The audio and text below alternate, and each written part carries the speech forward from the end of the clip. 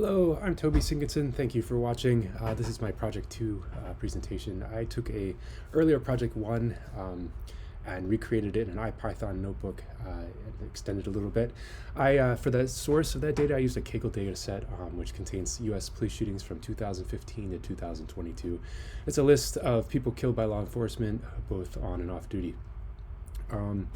I chose this in light of the recent high-profile cases involving lethal force by law enforcement. I wanted to see if there's any statistical significance that existed among the variables that were collected. So the first thing I did was import my libraries. I have NumPy, PyPlot. The SkyPy is for a contingency map and for the chi-squared test that I do later. We have Matplotlib, Pandas, Seaborn. I downloaded that CSV file from the Kaggle site and I read it into a data frame called dataframe CSV. While that's running, there are 17 columns and 4 data types. I can use the info command to see them. We have an int64 for the ID, lots of objects. We have a float64 for age, some bools.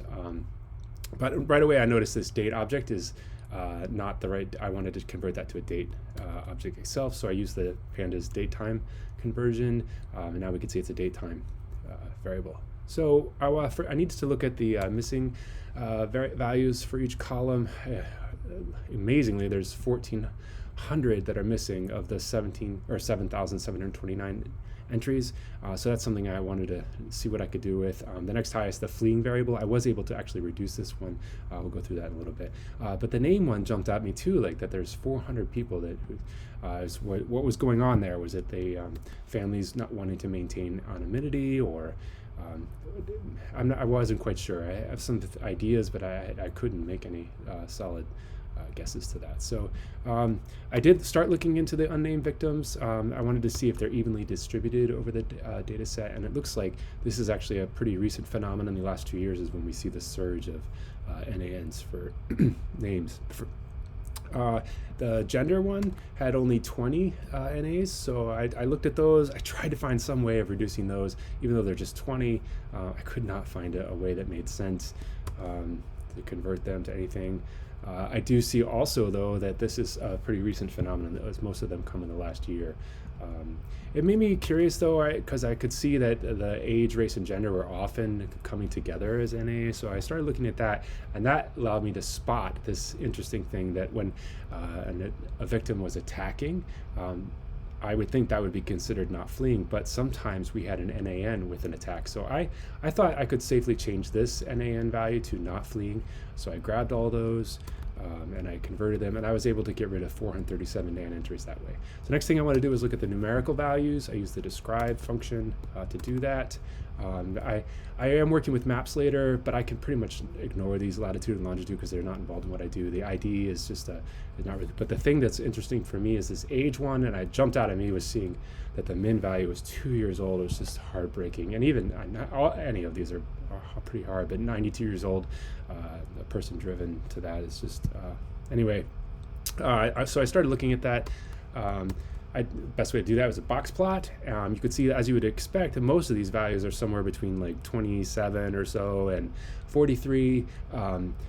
This was sort of interesting. Like, what is this value? Somewhere around 70, you get the high value, the high whisker, and then all these outliers. So I wanted to look into that. So I built a function to establish what that was, and I could see that it was 73 was that high whisker, and so then I did a query to see how many of those people fell into that, to see how many of those outliers. There's 74 people in that range, age 73 to 92, most of whom I could see had some sort of, were armed with a gun. The youngest victims caught my attention, so I did a sort for 12 and under, which is heartbreaking. I went through these. I'm going to speed through this a little bit.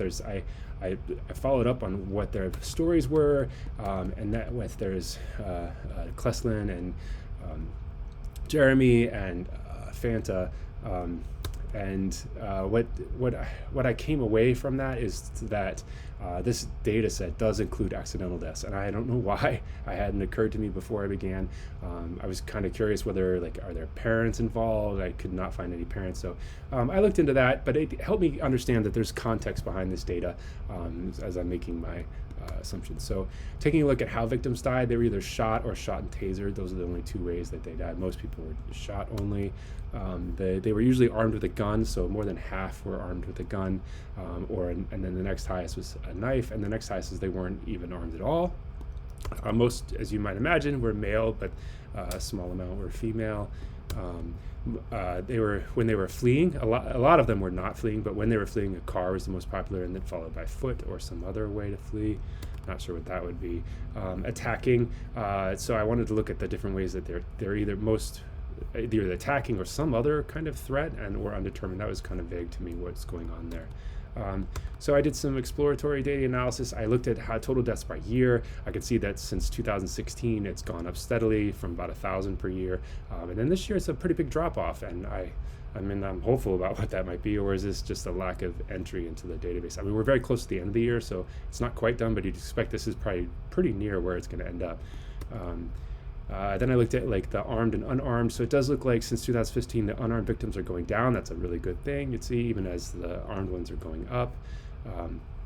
And then wearing a body camera, we can see that for most of these, they were not wearing a body camera. Law enforcement was not wearing a body camera.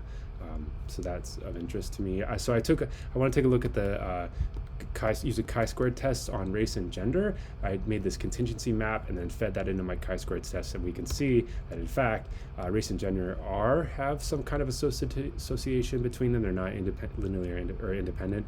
They have their confidence value is over 95% here. Same thing with body camera and race. I did the contingency map. I got a very similarly high p-value here. So lastly, I wanted to take a look at these age outliers. I could see that most of the 73 and older were white, whereas most of the under 20 years old were black. And in the middle there, it gets closer to what it is on the end, with most of the victims being 27 to 25 being white. The age outliers, most were male. Were male in the over 74. And most were, they have a similar male to female ratio here in the 27 to 40. And they were, for that older group, again, mostly armed with a gun. And then for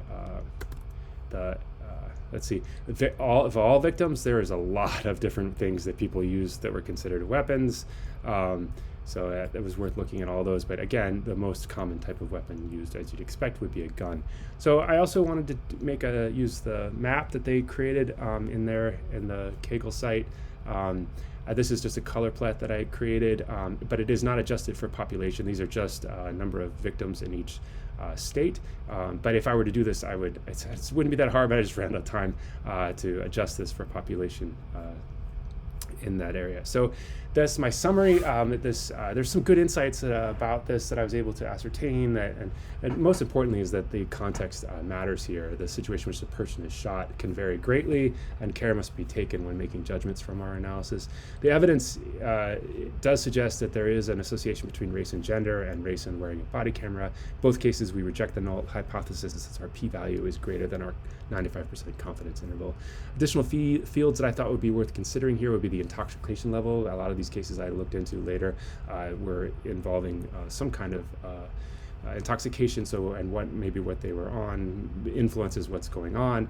Other helpful fields where the victim was suicidal, if there was like a suicide note, that's a different kind of situation, or if the victim is a bystander. So I'm going to interpret the data differently for those two scenarios among all the others.